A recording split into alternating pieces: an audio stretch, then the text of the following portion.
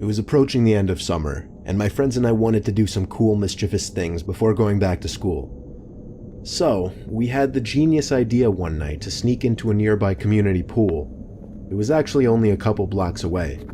It's right smack in the middle of a residential area, so instead of sitting on a main road or something, it actually just sat around a bunch of houses on a quiet road. During a hot day, the little parking lot would be full and the spot would be bustling. But at 1 in the morning, the place was of course dead. There's obviously a big fence surrounding the whole front entrance, as well as a cage that gets closed up when the place closes, so our best way was to get in through the side. We snuck into the backyard of a neighboring house and hopped the fence over to the pool. It was as easy as that. The 4 of us took off our shirts and jumped into the pool, which in retrospect wasn't smart, since any of the neighbors could have heard the splashes and just called the police. But we were dumb high schoolers. It was very, very dark within that whole enclosing. This pool had no lights, which is why it closed at sunset.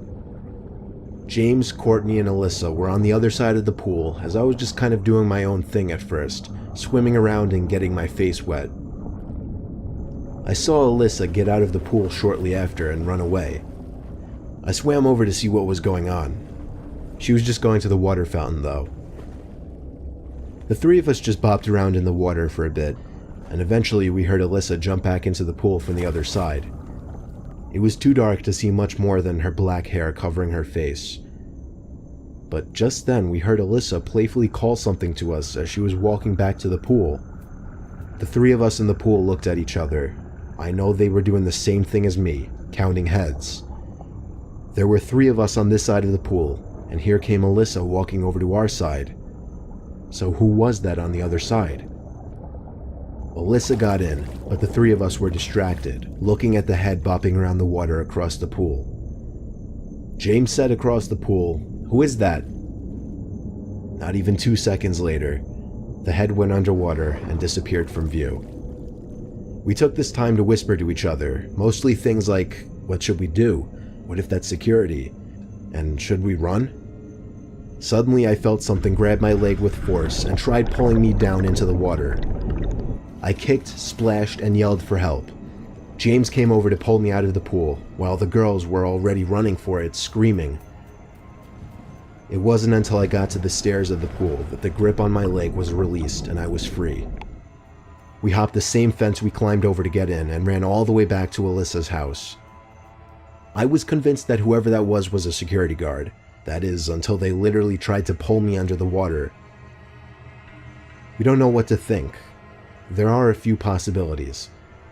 Maybe it was just another kid messing with us, maybe it was a security guard who went way too far, or most likely, it was a dangerous person who had ill intent.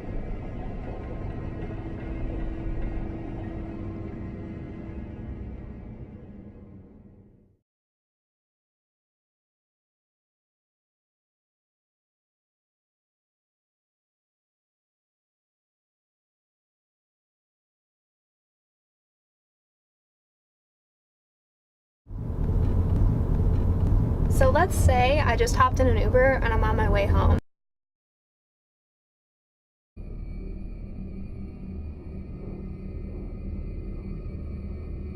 Back in high school, I took a mysteries and mythology type class, or something like that. I don't remember the name of the class. It basically just had to do with real life mysteries and creepy shit. I was into that kind of stuff. I was taking the class with a good friend, who I'll call Ben for this story.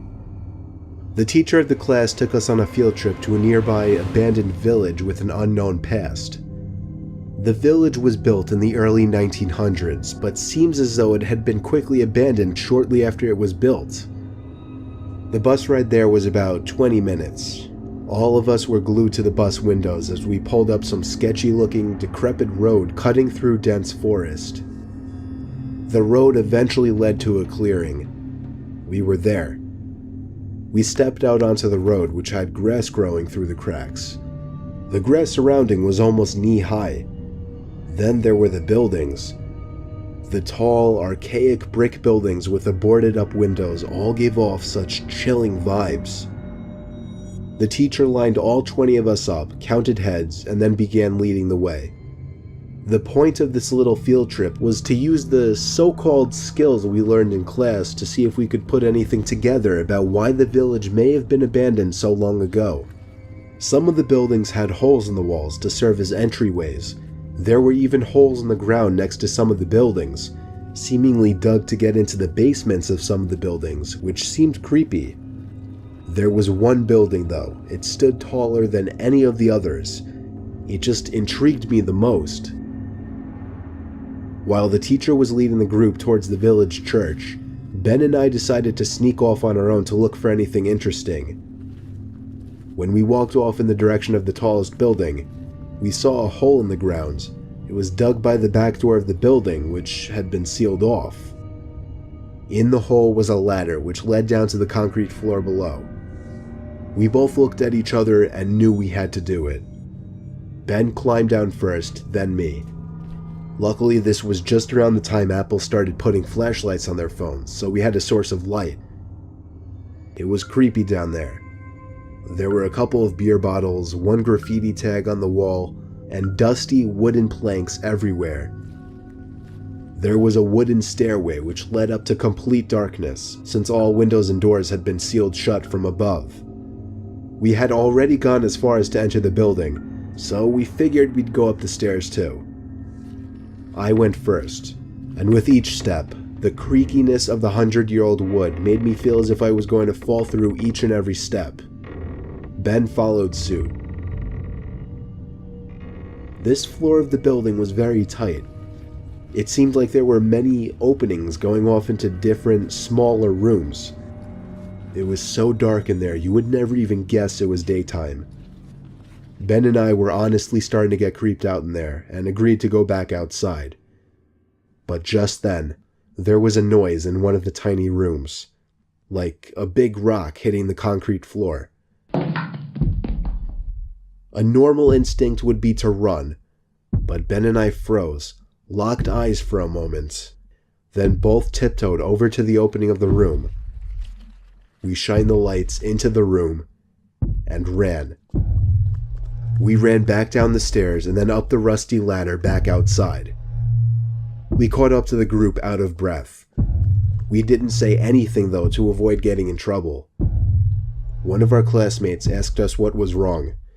We told him we snuck into one of the buildings, and in one of the rooms, when we shined the light into it, we saw 3 guys standing maybe 10 feet away from the doorway, facing Ben and I in a weird formation, as if they were waiting for us. As we continued following the group, we paid extra attention to the tall building we entered from the distance, and before leaving, we saw a person's face at one of the higher level windows that had not been boarded up. We never told the teacher in fear of getting in trouble. We didn't know what to think. Were those just homeless people living in there? Were they gang members in hiding? Ben freaks me out with his theory. He says they were ghosts of the people who once lived in the town. Still, the way the 3 guys were just hauntingly standing there so calmly, staring at us the moment we peeked our heads through that doorway, I still can't get that image out of my head. I may go back to that village one day, just to prove Ben's idea wrong.